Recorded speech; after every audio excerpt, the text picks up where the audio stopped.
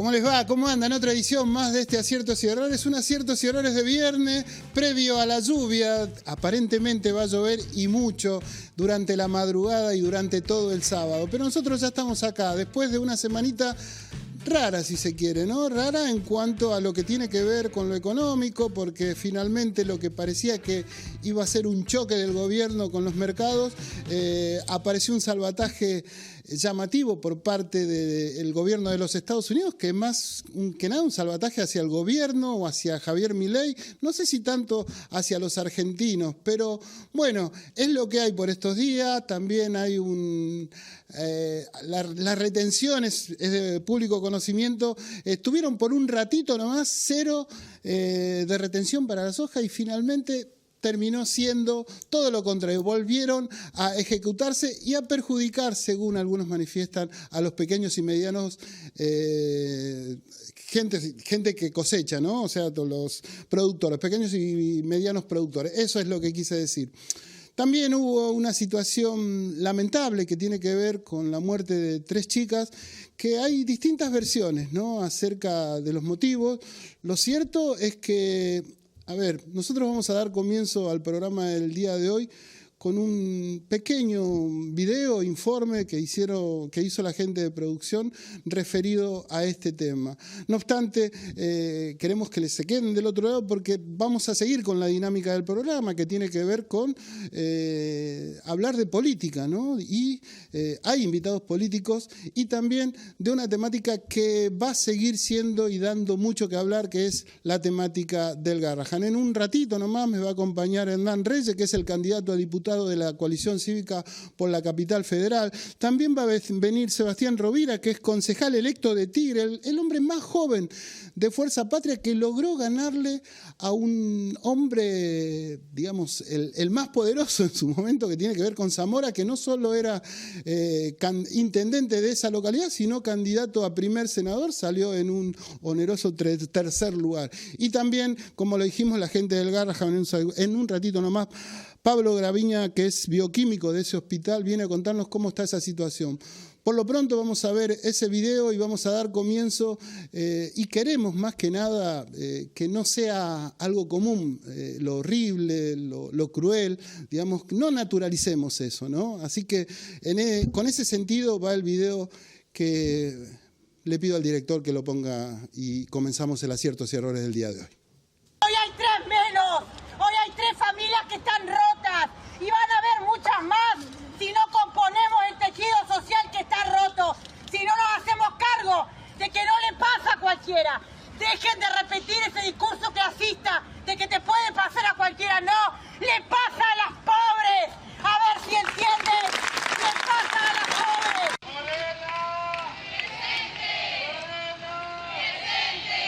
Era una búsqueda de 3 mujeres jóvenes y nos amanecimos con 3 cuerpos. Estas son mujeres pobres, jóvenes, que fueron asesinadas por el hecho de ser mujeres. Así que estamos acá con mucha rabia, haciendo un duelo que es colectivo y diciendo que esto no puede ser y que en el marco de pobreza y de retroceso de políticas públicas estamos en riesgo. Este gobierno profundamente misógino, machista, quiso eliminar la figura de femicidio. Hoy se comprueba que siguen los crímenes de odio en la Argentina, que incluso se incrementaron, que siguen los levicidios y que siguen los femicidios.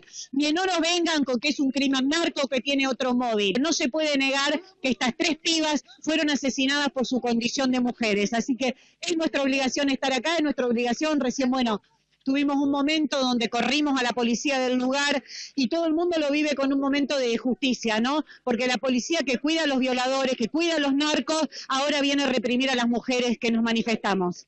Basta de que nos ninguneen y nos quieran eliminar la categoría femicidio, como intenta el Ministerio de Justicia, el Ministro de Justicia. Necesitamos políticas públicas, no solamente que acompañen, sino que asistan y contengan la realidad que atraviesan un montón de compañeras que no pueden estar acá. Como respuesta a tanta violencia, a tantos discursos de odio, a tanta retirada del Estado que ha desencadenado también en este triple femicidio, este sábado nos vamos a convocar a las 16 horas en Plaza de Mayo para decir ni una menos, para pedir justicia por estas 3 mujeres que han sido brutalmente asesinadas, descuartizadas y por supuesto para exigir políticas de género.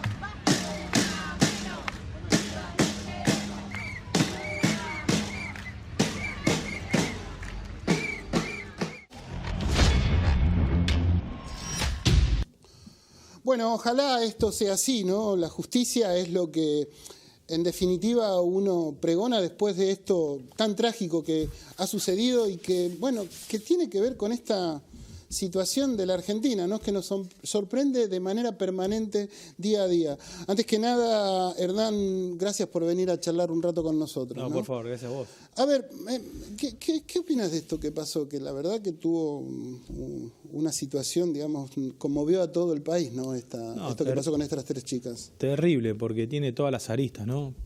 Pibas muy jóvenes, en la prostitución, que encima son, ultrajadas de esta manera, ¿no? Asesinadas. La verdad que es terrible, es conmovedor y da cuenta de la penetración del narco en la Argentina, que no es joda, ¿no?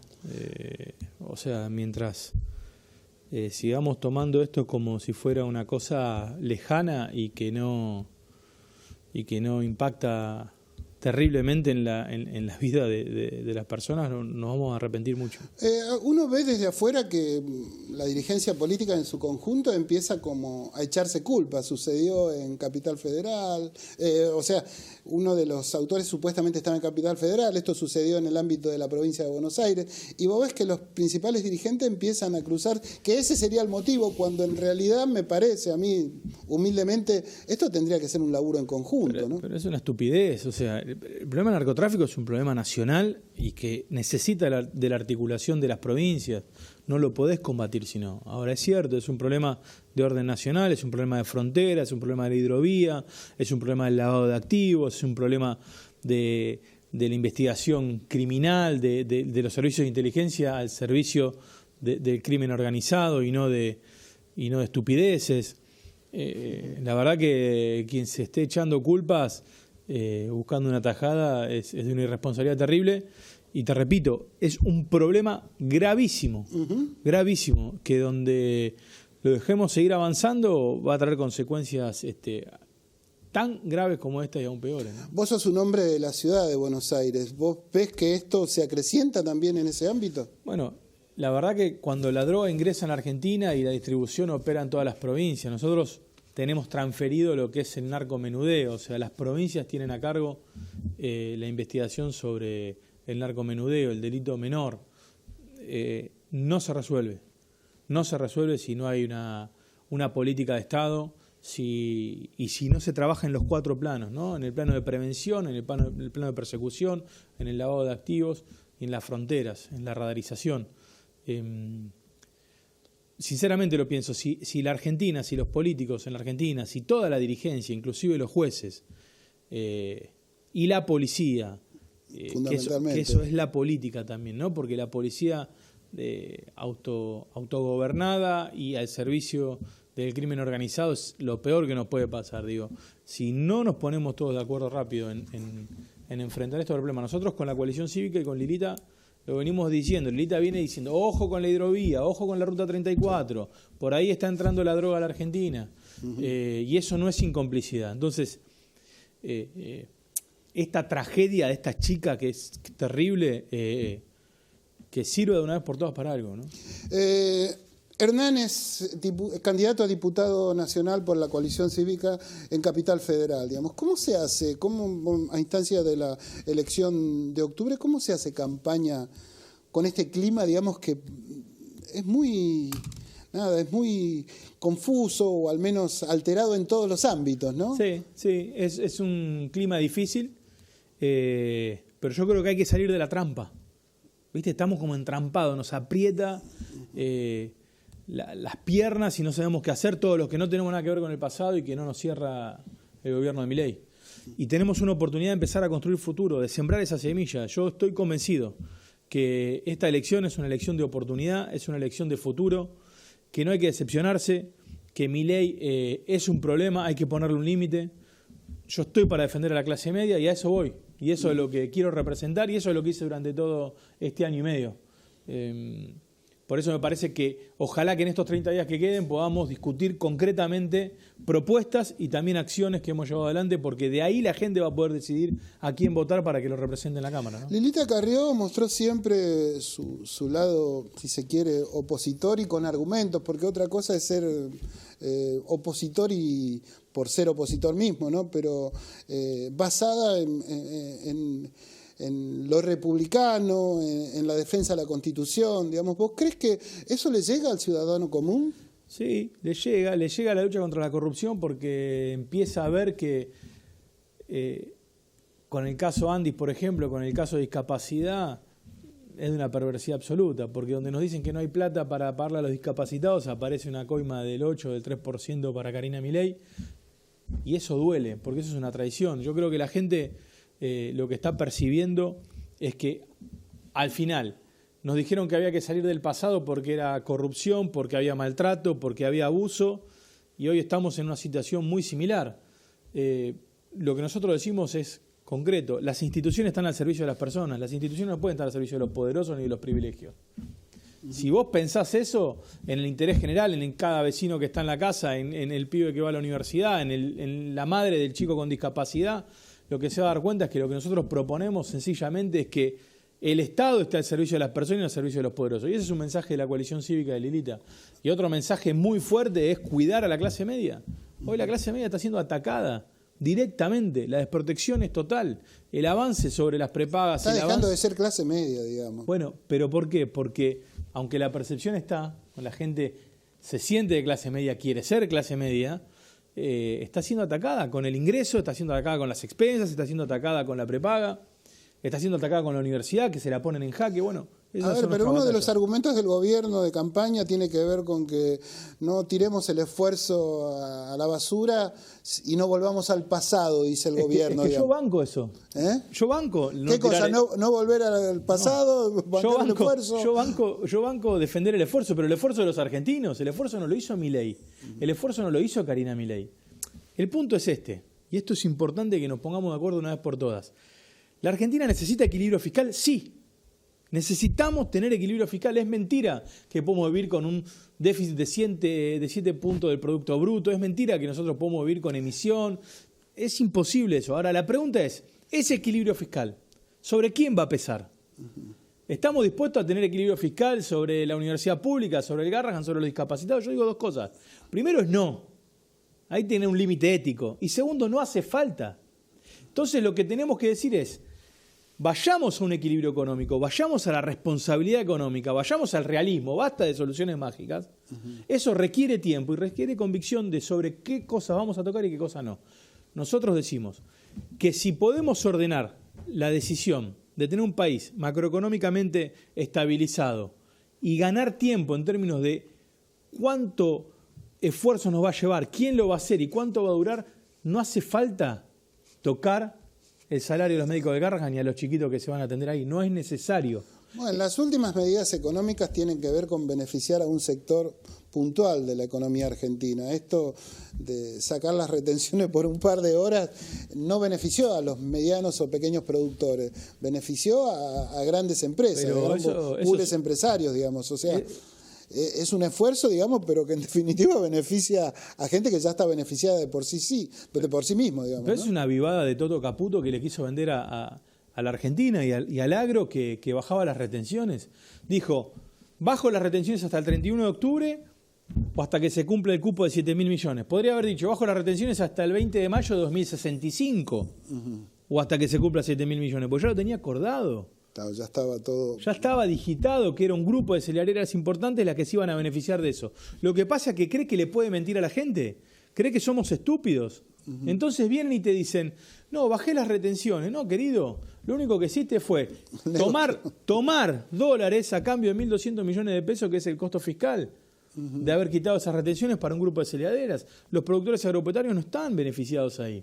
Entonces, yo lo que digo es que el engaño permanente del gobierno, la mentira del gobierno, atrás de este discurso mágico que tienen, se va a terminar. O sea, en un punto la gente se siente muy, muy defraudada. Por eso es importante que no se queden en la casa, que podamos pensar que hay una salida, que no es el pasado, que no es este presente, que hay una posición superadora y que creo que tenemos que construir una nueva generación. A eso, y ya para ir culminando, esa insistencia permanente del camino del medio, por decirlo, de la avenida del medio, en los últimos años como que no ha tenido, parece que florece, pero termina no funcionando. ¿Vos crees que...? Yo no soy la avenida del medio, yo no me siento el promedio de nada, no soy mitad kirchnerista y mitad libertario, no tengo nada que ver con eso.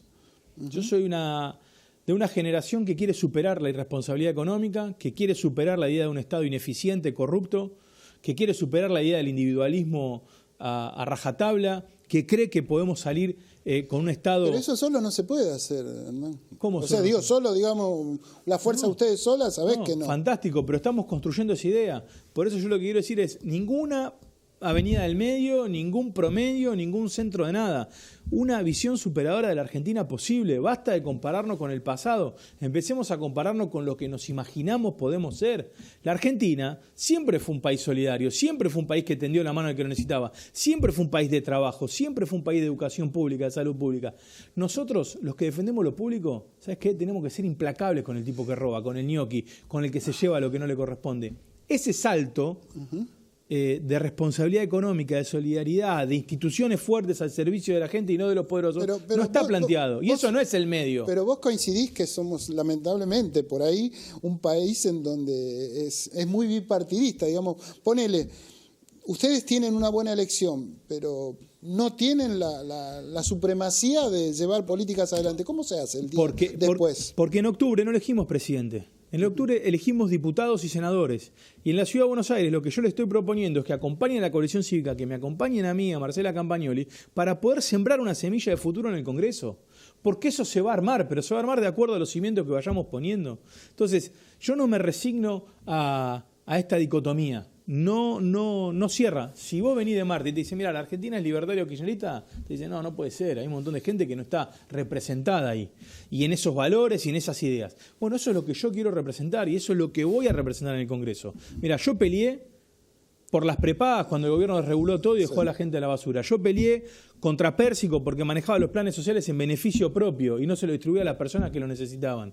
Nosotros peleamos contra la corrupción, nosotros peleamos para que el hijo no sea juez de la corte, nosotros estuvimos ahí, peleamos realmente por una educación de calidad. Entonces, la invitación es a esa. No hay que conformarse. ¿Crees que hay dirigentes de otros espacios que piensan de la misma forma tuya o parecido? Seguramente los hay y creo que hay que construir esa fuerza política del futuro. Juntos por el Cambio, y no digo que haya que rearmar eso, pero esa idea de un frente político plural que sea democrático y que tenga una visión de futuro, creo que hay que repensarlo. Hernán, te agradezco mucho y mucha suerte. No, por favor, muchas gracias por la invitación. Nosotros vamos a una pausa y continuamos con el aciertos y errores del día de hoy.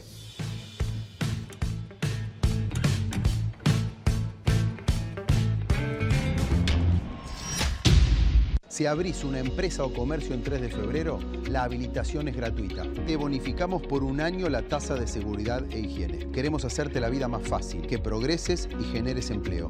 Un Estado eficiente que se pone de tu lado. Municipalidad de 3 de febrero.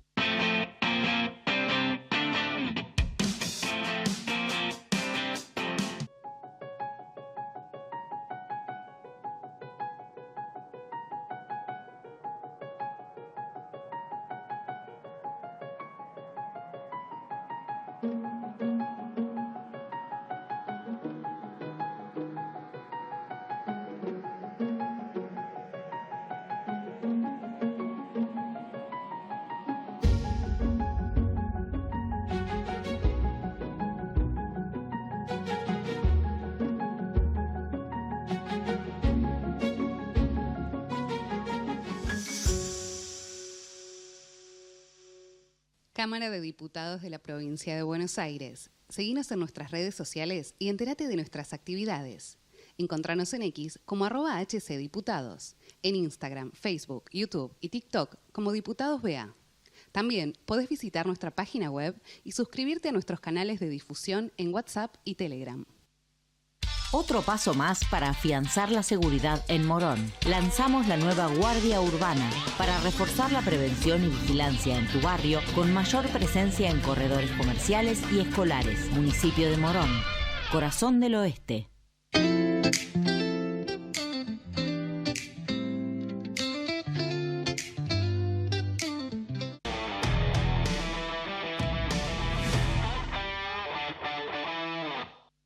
Felipe Noé en San Martín.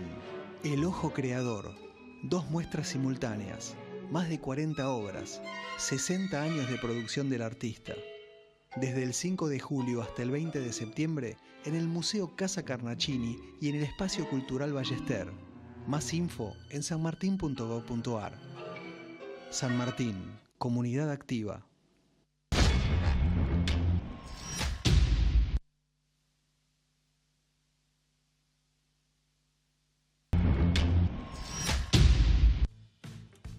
Segundo bloque de este Aciertos y Errores. Estamos con el hombre electo en Tigre. Porque, a ver, es el candidato, era el candidato más joven de Fuerza Patria en las elecciones del pasado septiembre. Y resultó electo en un lugar, en un territorio hostil, digamos, porque Julio Zamora es el intendente de ese lugar y además competía para ser senador en la primera sección electoral. Y este muchacho, con apenas 20, ¿cuánto, Sebastián? 25 en aquel momento y el domingo 14 de septiembre cumplí 26. Bueno, feliz cumpleaños atrasado. Bueno, gracias. ¿Esperabas este triunfo en Tigre, digamos? Mirá, yo sabía que iba a estar muy polarizado entre nosotros y La Libertad Avanza. Yo la verdad que no tenía ninguna expectativa, ningún resultado. Nosotros desde el día 1 de la campaña agarré a todo el equipo y al resto de la lista también y les dije que nosotros, independientemente del resultado, teníamos que tener la tranquilidad de que lo habíamos dado todo. El día de domingo, 7 de septiembre, nosotros encaramos la jornada con la tranquilidad como si fuese cuando uno va a rendir un examen y siente que estudió, que se preparó, bueno, con esa misma tranquilidad. Y por suerte, bueno, y después de mucho trabajo también, los vecinos de Tigre nos acompañaron. Cuando vos decís, nosotros sabíamos que estaba muy peleada la elección con La Libertad Avanza. Sí. ¿Sospechabas un segundo y tercer lugar o sospechabas un primer y segundo lugar? No, la verdad que, digamos, yo digo lo sospechaba, pero por cómo se venían dando las elecciones en el resto de las provincias que nosotros íbamos viendo. Por supuesto que nuestro escenario en Tigre era distinto porque, bueno, el intendente era cabeza de lista seccional. Entonces, por supuesto, vos tenías opiniones muy diversas según a quién le preguntabas. De hecho, a los distintos periodistas de Tigre o periodistas zonales, tanto el espacio zamorista como el espacio libertario, los dos creían que iban a ganar la elección en Tigre. Nosotros en ese sentido no nos animábamos a dar ningún tipo de pronóstico, sino que por lo contrario yo creía que iba a suceder lo que se venía dando en el resto de las provincias. Y bueno, así fue. Aún con tus jóvenes años, digamos, tenés una larga trayectoria en lo que tiene que ver con la política y en particular con el espacio del Frente Renovador, digamos. Sos un hombre, digamos, de Sergio Massa y de Malena Galmarini, si se quiere. ¿Vos te identificás con ellos dos? Mirá, yo cuando era muy chico, digamos, Sergio fue un intendente muy importante de nuestra ciudad. La primera vez que él es electo como intendente en el 2007, yo tenía 7 años. Y yo crecí en una ciudad que para mí era un orgullo, que es un orgullo, por supuesto.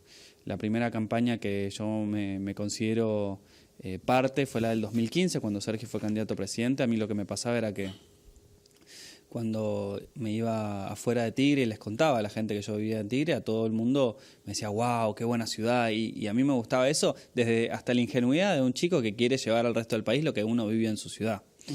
Después el peronismo de Tigre, el Frente Renovador me abrió las puertas para ser parte de la discusión de la ciudad que amo y en la cual vivo. Y bueno, y pasito a pasito fui metiéndome, militando, aprendiendo, conociendo el peronismo. Yo vengo de una familia que no viene de la política ni viene del peronismo. Ahí la conocí a Malena, a todos, y bueno, y acá estamos. ¿Te fue fácil, digamos, una primer candidatura en el peronismo en un ámbito en donde uno ve que la edad promedio no es de 25 años, ni de 30 siquiera, ¿entendés? Es mucho más, digamos. Parece que tenés que saltar varias vallas para llegar a donde vos llegaste, ¿no? Totalmente. Yo creo que se dieron varias cosas. Nosotros veníamos del 2023, de una elección donde el peronismo tuvo que hacer una autocrítica muy profunda. Creo que mi candidatura responde al resultado de esas autocríticas, en el sentido de que la gente pedía renovación, ideas frescas, ideas nuevas, y así también la gente acompañó.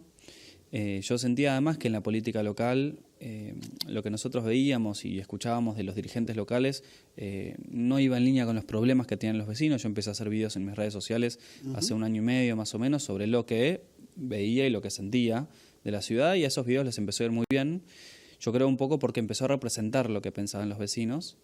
Y bueno, todo ese camino a mí me permitió, por supuesto, poder encabezar la lista, y con mucho trabajo, dando el ejemplo, caminando muchísimo, bueno, nos permitió representar los que pensaban los vecinos de Tigre. Sos un hombre formado en la Universidad de San Andrés, ¿no? Correcto. ¿Cómo es ser peronista en la Universidad de San Andrés? ¿Es fácil? ¿Es sencillo? ¿Hay muchos, digamos, peronistas? No, bueno. No, pero... Es lo que me imaginaba, pero bueno. Mira, nosotros teníamos una camada chica, éramos 60 los que estudiamos economía en nuestro año. Teníamos un grupo de gente más afín al peronismo, gente más afín a los libertarios, por decirlo así, pero la verdad que yo me llevaba bien con todos. Tengo amigos libertarios, tengo amigos más de izquierda, digamos, por eso me considero peronista, digamos. Con mis amigos libertarios soy muy de izquierda, con mis amigos de izquierda soy muy de derecha, digamos. Derecho, o sea, el peronismo es el camino, digamos. Tiene esa particularidad, okay, digamos, ¿no? A ver, una de las cosas que me llamó mucho la atención es que vos te involucraste mucho en el proyecto en la Universidad Nacional del Delta, ¿no? Que dio sus primeras clases hace un par de días nomás, ¿no? Exactamente. Durante la gestión anterior, cuando Sergio era presidente de la Cámara de Diputados y Alicia Aparicio era diputada nacional, ambos presentaron el proyecto de creación de la ley de la Universidad Nacional del Delta, que es una universidad nacional que comprendía y comprende los distritos de Tigre, San Fernando y Escobar, que son 3 ciudades que agrupan 1 millón de habitantes. 1 millón de habitantes ahí en esa entre las 3 ciudades. Es una región geográfica... Perdón, sí, tenés razón, o sea, entre los 3 distritos... Exactamente. Es una región geográfica única en el país y en el mundo. Tenemos un sector productivo muy innovador, un sector deportivo muy competitivo, mucha infraestructura, mucho capital económico, pero no contábamos con una universidad nacional, ¿sí?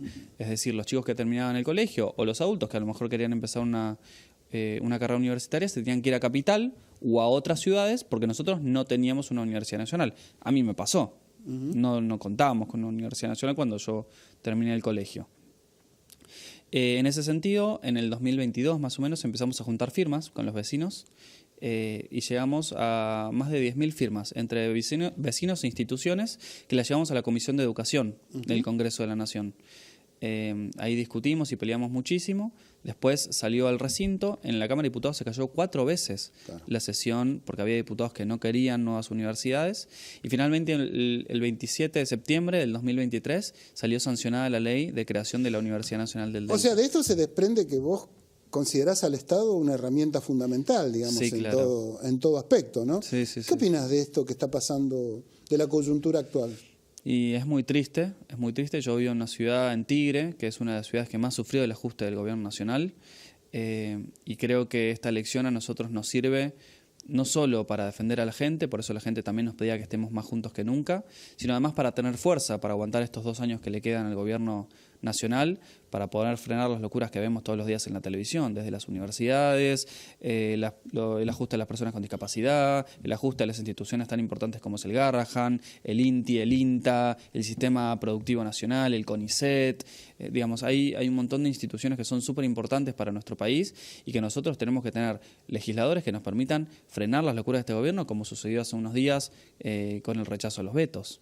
A ver, más allá de la elección que tuviste en Tigres en lo personal y en lo que tiene que ver con tu fuerza. ¿Qué análisis haces de lo que pasó el 7 de septiembre en la provincia de Buenos Aires? Yo creo que ganó la unidad del peronismo, ganó la unidad de Fuerza Patria. Creo que la sumatoria de las fuerzas de todos los sectores del peronismo nos permitió defender los intereses de la gente en un momento donde la gente la estaba pasando muy mal.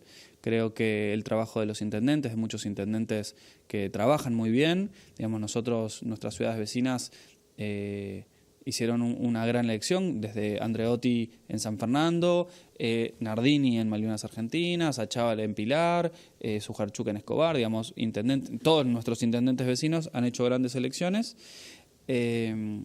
porque tienen buenas gestiones y, por supuesto, las distintas agrupaciones, los distintos espacios del peronismo, todos juntos pudimos hacer una gran ¿Crees elección. que van a replicar en octubre el peronismo en su conjunto a nivel nacional? ¿Y crees que el laburo de estos intendentes en lo que tiene que ver con la provincia de Buenos Aires también va a ser el mismo? Yo creo que sí. Nosotros vamos a trabajar con la misma intensidad con la cual encaramos la primera mitad de la elección legislativa de este año. Yo creo que el que esté desdoblado va a generar como un efecto como de segunda vuelta, entonces yo podría esperar que esté un poquito más polarizada la elección, pero creo que en la provincia de Buenos Aires nuevamente se va a imponer Fuerza Patria y vamos a trabajar para que en Tigre también. Otro de los roles tuyos es que sos economista, digamos, ¿no? No podemos evitar hablar de economía en este país en donde la semana pasada parecía que esta semana todo iba a explotar, pero sin embargo esta semana hubo una serie de acontecimientos que al menos apaciguaron los ánimos, pero termina la semana tecleando. ¿Vos qué mirada tenés de la economía? Yo creo que da la sensación, sobre todo estos últimos días, que parece que se sostiene con escarbadientes. En la economía juegan muy fuerte las expectativas y lo que la gente cree que va a pasar. Entonces muchas veces con un tuit o con anuncios o fotos pareciera como que la situación toma unos días de calma, unos días de pausa. Entonces hay tweets del secretario del Tesoro de Estados Unidos, fotos con Trump o tweets de funcionarios o autoridades del Fondo Monetario Internacional que da la sensación de que tranquilizan, ¿no? Una corrida que habíamos tenido la semana pasada, pero después, digamos, hoy las acciones volvieron a caer, el riesgo país volvió a subir, digamos, si la economía o el mercado no ve a una economía organizada, a un gobierno responsable, digamos, no hay mentira, no hay cuento que te sostenga. ¿Vos no ves todo realidad. eso como economista? No. ¿No ves ninguna mejora, digamos? O sea, ¿no ves un panorama optimista hacia futuro? La verdad que no, digamos, durante todos estos días que estuvimos 40 días caminando y antes también, lo que uno ve en la economía real y en el día a día de la gente es muy preocupante. Digamos, los jubilados tienen que elegir qué medicamentos comprar, los comerciantes le tienen pánico a la renovación de alquileres porque les piden cualquier cosa, las pymes se están cerrando, la gente se está quedando sin trabajo y eso no lo remontás con una foto ni con un tuit, sino que es el día a día y la gente con eso no come. Y los chicos con eso no se educan y los jubilados con eso no toman sus medicamentos.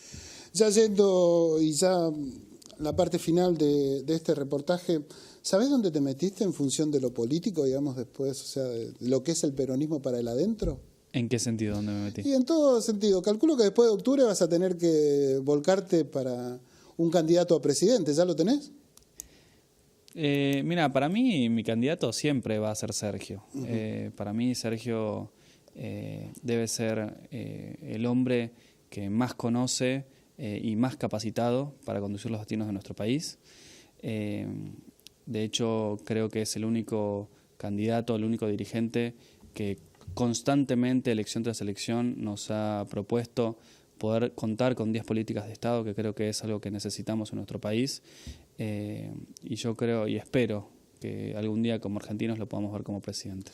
En ese sentido te preguntaba, precisamente, está bien. porque ya sabés que después de octubre va a haber esa disputa, digamos, en cuanto a tomar posición, digamos, en las personas que, obviamente, el gobernador de la provincia de Buenos Aires también tiene aspiraciones a ser candidato, ¿no? Mira, yo creo dos cosas en relación a eso. Creo que la primera, para el 27 falta muchísimo. Creo que una elección legislativa no te garantiza nada y no te da el derecho a nada. Digamos, te pongo el ejemplo de la reta del 2021. en donde después no se traduce ni en una candidatura competitiva ni en una presidencia después. Y por el otro lado, yo creo que independientemente del candidato, creo que hay una máxima peronista que es primero la patria, después el movimiento, por último los hombres. Nosotros, para la elección nacional, tendremos que evaluar quién es el candidato más competitivo y nosotros tenemos que armar un proyecto de fuerza patria, que sea competitivo, que le dé respuestas a los problemas que tiene la gente, porque la gente la está pasando muy mal y nosotros tenemos que ir a la elección a ganarla en el 27. A ver, también es cierto que tienen muchas chances, las encuestas manifiestan diferencias de 7, 8 puntos del peronismo en la elección de octubre. ¿Crees que el panorama se va a complicar para el gobierno nacional si esto sucede de esa forma? Y, digamos, la verdad depende.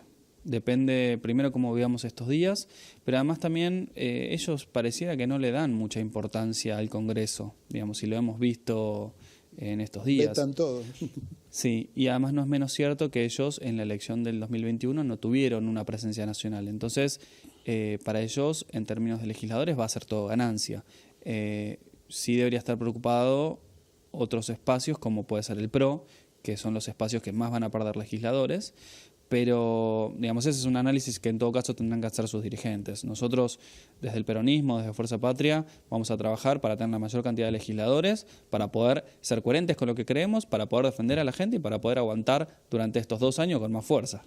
Sebastián, te agradezco mucho y nuevamente felicitaciones. Está bueno un poco de aire fresco que vos le estás poniendo a la política que uno conoce desde hace muchos años y en algunos casos es lamentable. Así que está bueno y reitero las felicitaciones a muchísimas lo que gracias. Hiciste en Tigre. Gracias por venir acá. Gracias por invitarme. Nosotros vamos a una pausa y nos metemos de lleno en el último bloque de este programa del día de hoy.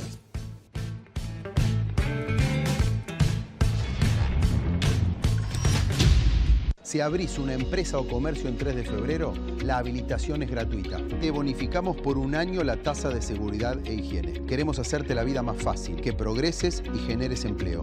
Un Estado eficiente que se pone de tu lado. Municipalidad de 3 de febrero.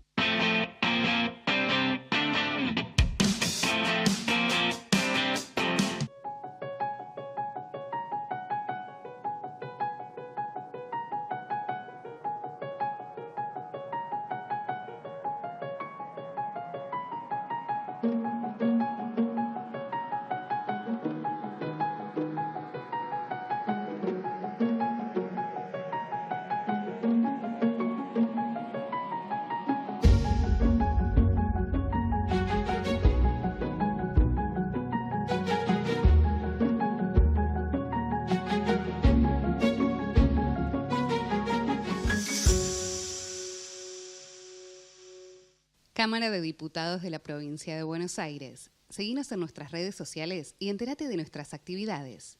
Encontranos en X como @HCDiputados, en Instagram, Facebook, YouTube y TikTok como Diputados BA.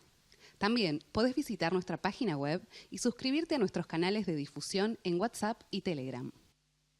Otro paso más para afianzar la seguridad en Morón. Lanzamos la nueva Guardia Urbana para reforzar la prevención y vigilancia en tu barrio con mayor presencia en corredores comerciales y escolares. Municipio de Morón, corazón del oeste.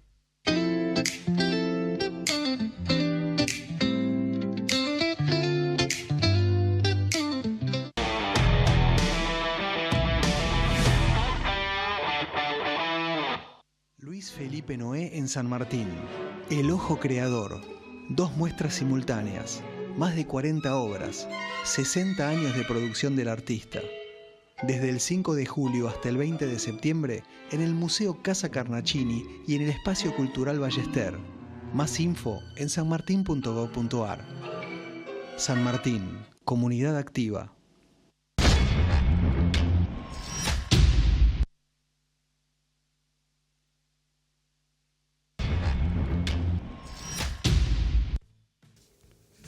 Último bloque de este Aciertos y Errores y como lo dijimos al principio del programa, me acompaña Pablo Gravina, que es el jefe de Biología Molecular del Hospital Garrahan, y no queremos, digamos, más allá de esta semana que ha tenido de todos los temas, no queremos dejar en el olvido algo que es de suma prioridad y tiene que ver con todo lo conocido por la gente que es el Hospital Garrahan. Antes que nada, Pablo, gracias por venir a charlar un ratito con nosotros, ¿no? No, gracias a vos por invitarme. La verdad que es un gusto estar acá. Contame un poco, ¿cómo está la situación hoy del Garrahan tras los vetos, o sea, el rechazo a los vetos que hizo el gobierno, ¿no? Sí, mira, la situación del hospital está complicada, realmente la gente está muy cansada, sobre todo porque venimos haciendo reclamos desde hace mucho tiempo, varios meses, y se había logrado un avance muy importante con el tema de la ley de emergencia pediátrica, y obviamente los vetos del presidente cayeron muy mal, así que hay mucho enojo,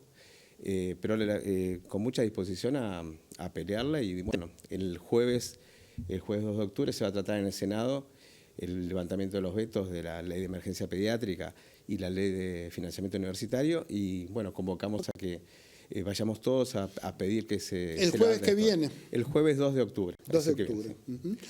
A ver, con la experiencia que te da las noticias recientes, el gobierno promulgó la ley de discapacidad, pero sin embargo no la puso en funcionamiento debido a que el Congreso no le da los elementos, las herramientas para llevar adelante esa ley, digamos. Sí. ¿Qué esperan, digamos?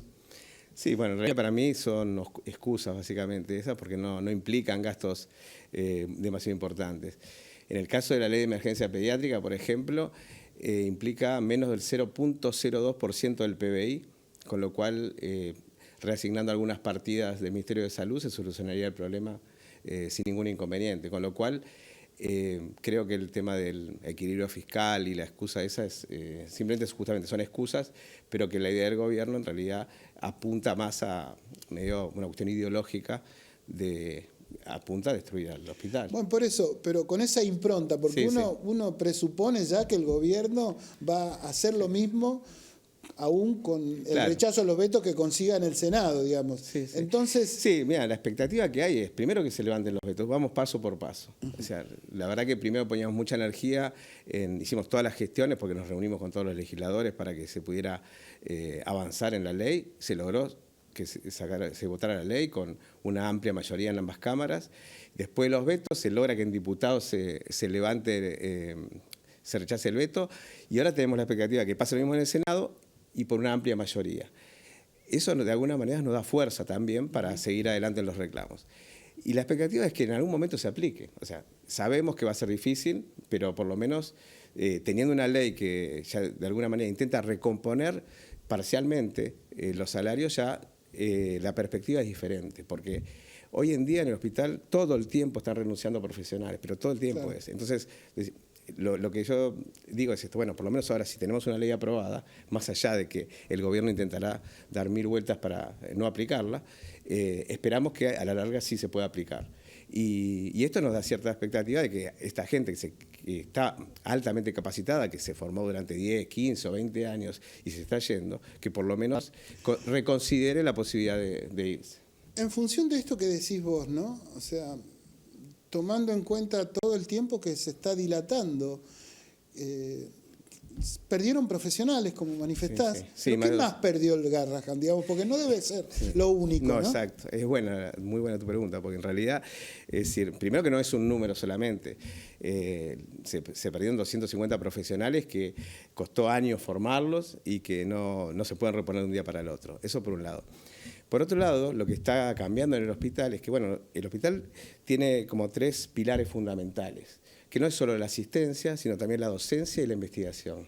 Entonces, en la medida que vamos perdiendo la posibilidad de tener sueldos dignos y demás, lo que tiene que ver con la generación del conocimiento, que viene con la investigación y con la docencia, que se transmite a un montón de profesionales del país, se empieza a perder eso. O sea, no solo es la atención de los chicos hoy, sino también el futuro a través de la investigación, de la generación de conocimiento y de la docencia que ejercemos todos los días. Eso es algo muy, muy concreto. Claro. Otra de las cosas que se habló mucho tiene que ver con un bono que dio el gobierno, no a todo el personal, creo. Fue Mira, orientado... esto fue anunciado hace un par de días. Surge porque la semana pasada, a fines de la semana pasada, en el Congreso de la Nación se divulgó a través de una de las diputadas, la diputada Torosa Paz, se divulgó que el hospital tenía 40.000 millones de pesos en un fondo de inversión y ese fondo, ese monto, proviene de lo que son los recursos genuinos que generan. Claro, que lo generan ustedes, digamos, con las obras sociales. Claro, es lo que cobra el hospital a través de obras sociales y prepagas, que va por fuera del presupuesto que viene de nación y de ciudad. Y esos son recursos que generan los propios trabajadores y que históricamente y por ley se reparten entre los trabajadores, además de usar una parte también para infraestructura y demás. Ante la divulgación de estos datos, de que había un fondo con semejante cantidad de dinero, generó también mucho enojo en el hospital porque todos decimos, bueno, se están yendo profesionales porque los sueldos son muy bajos y no fueron capaces de actualizar los montos que se da por recursos genuinos de manera de intentar paliar un poco la situación. Entonces, a raíz de toda esta... O sea, se estaban guardando esos fondos, digamos, o sea, no quiero ser mal pensado, digamos, pero un poco era eso, en definitiva. Sí, igual yo te voy a ser sincero, ese fondo de inversión del Banco Nación es algo que se viene utilizando hace varios años, ya con otras administraciones, es decir, es una forma que tienen de tener unos fondos para que no pierdan su valor, pero para utilizar en situaciones de emergencia. Y la situación que estamos atravesando desde hace 2 años, por lo menos, es una situación de emergencia. Entonces, eso es lo que indigna, ¿no? De que no se haya utilizado, aunque sea parte de ese dinero, para ser repartido entre los trabajadores del hospital. Entonces, a raíz de eso, a partir de tomar conocimiento, martes, creo que se anunció un bono de 450.000 pesos para el personal asistencial y de 350.000 pesos para el personal administrativo. Con lo cual, obviamente, lo vemos como algo positivo, porque es decir, va a mejorar un poco lo que es la situación, porque son bonos, entonces no van al sueldo directamente, no se incorporan al sueldo y es hasta fin de año por ahora. De todas maneras, vemos como algo positivo. Esto tiene que ver, obviamente, con todo lo que se ha peleado en estos meses, como hemos reclamado todos los sectores del hospital. Porque esto, si hay algo que tiene que estar claro es que todos los sectores están reclamando, no es que hay un gremio que en particular pide algo, sino que están todos los trabajadores atrás. Confluyen varios gremios en el GARO. Sí, mira, específicamente lo que tiene que ver con este reclamo está la Asociación de Profesionales y Técnicos, la Junta Interna de ATE, y además hay profesionales autoconvocados, y por otra parte los jefes de servicio vienen reuniéndose de manera de reclamar también, haciendo conferencias de prensa y planteando el problema concreto que tenemos. Entonces, eso nos dio una fortaleza muy grande, sumado a que la sociedad nos apoya, sumado a la fuerza que nos dan también los padres y las madres de los pacientes. Y bueno, eso confluyó todo en lograr, en principio, lo que tiene que ver con la aprobación de la Ley de Emergencia Pediátrica. Esperamos que el jueves se levante definitivamente el veto. A ver, Pablo, ¿cómo es? Recién te preguntaba de lo que habían perdido durante todo este tiempo en función de lo que se va dilatando. Pero ¿cómo es trabajar en estas condiciones también, no? Sí, eso lo hablamos casi todos los días, porque todo el tiempo decimos, bueno, ¿cuándo vamos a poder volver a trabajar normalmente? Porque obviamente todo este conflicto no te permite trabajar en condiciones normales. Y entonces ese deseo de volver a la normalidad, de poder atender a los chicos con tranquilidad y no pensando qué medida hay que tomar para que nos escuchen. Entonces, realmente es difícil. Y entonces, bueno, esperanza tenemos, es esta, ¿no? En este momento está depositada en la Ley de Emergencia Pediátrica. Pero lo que queremos es volver a trabajar normalmente. Y como te decía antes, se afecta en lo que tiene que ver no solo con la atención, también, es decir, todos los sectores del hospital reciben, hay residentes, vienen rotantes de distintos lugares del país y bueno, los proyectos de investigación que empiezan a quedar también en la nada. Entonces, todo eso se afecta. Se afectó también lo que tiene que ver con las residencias. Ya sabés que las residencias pasaron a ser, en lugar de, como eran hasta ahora, con aportes jubilatorios y beneficios sociales y demás, se pasaron a ser becas y es un retroceso muy grande, porque la verdad que es un retroceso de más de 50 años, es algo que cuesta aceptar, ¿no? Entonces es difícil trabajar en estas condiciones.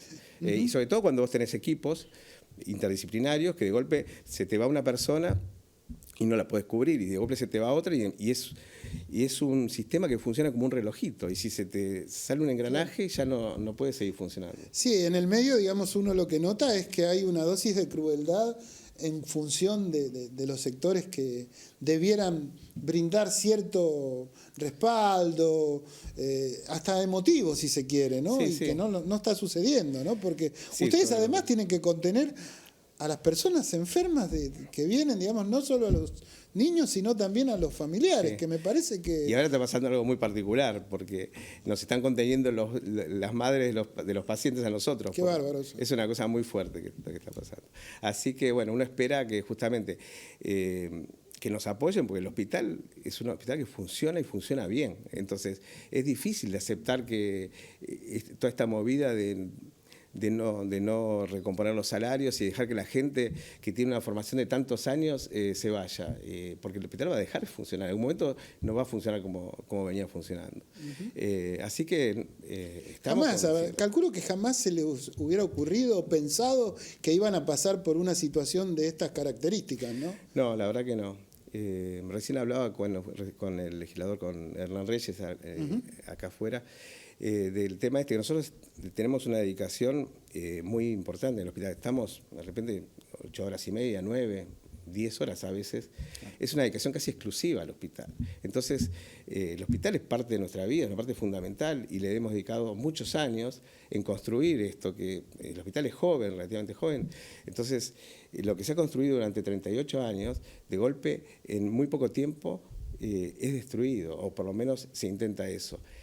Notamos igual una respuesta en la sociedad, una respuesta de apoyo, y en lo que es el Congreso de la Nación también ha habido apoyo, entonces eso nos da cierta esperanza.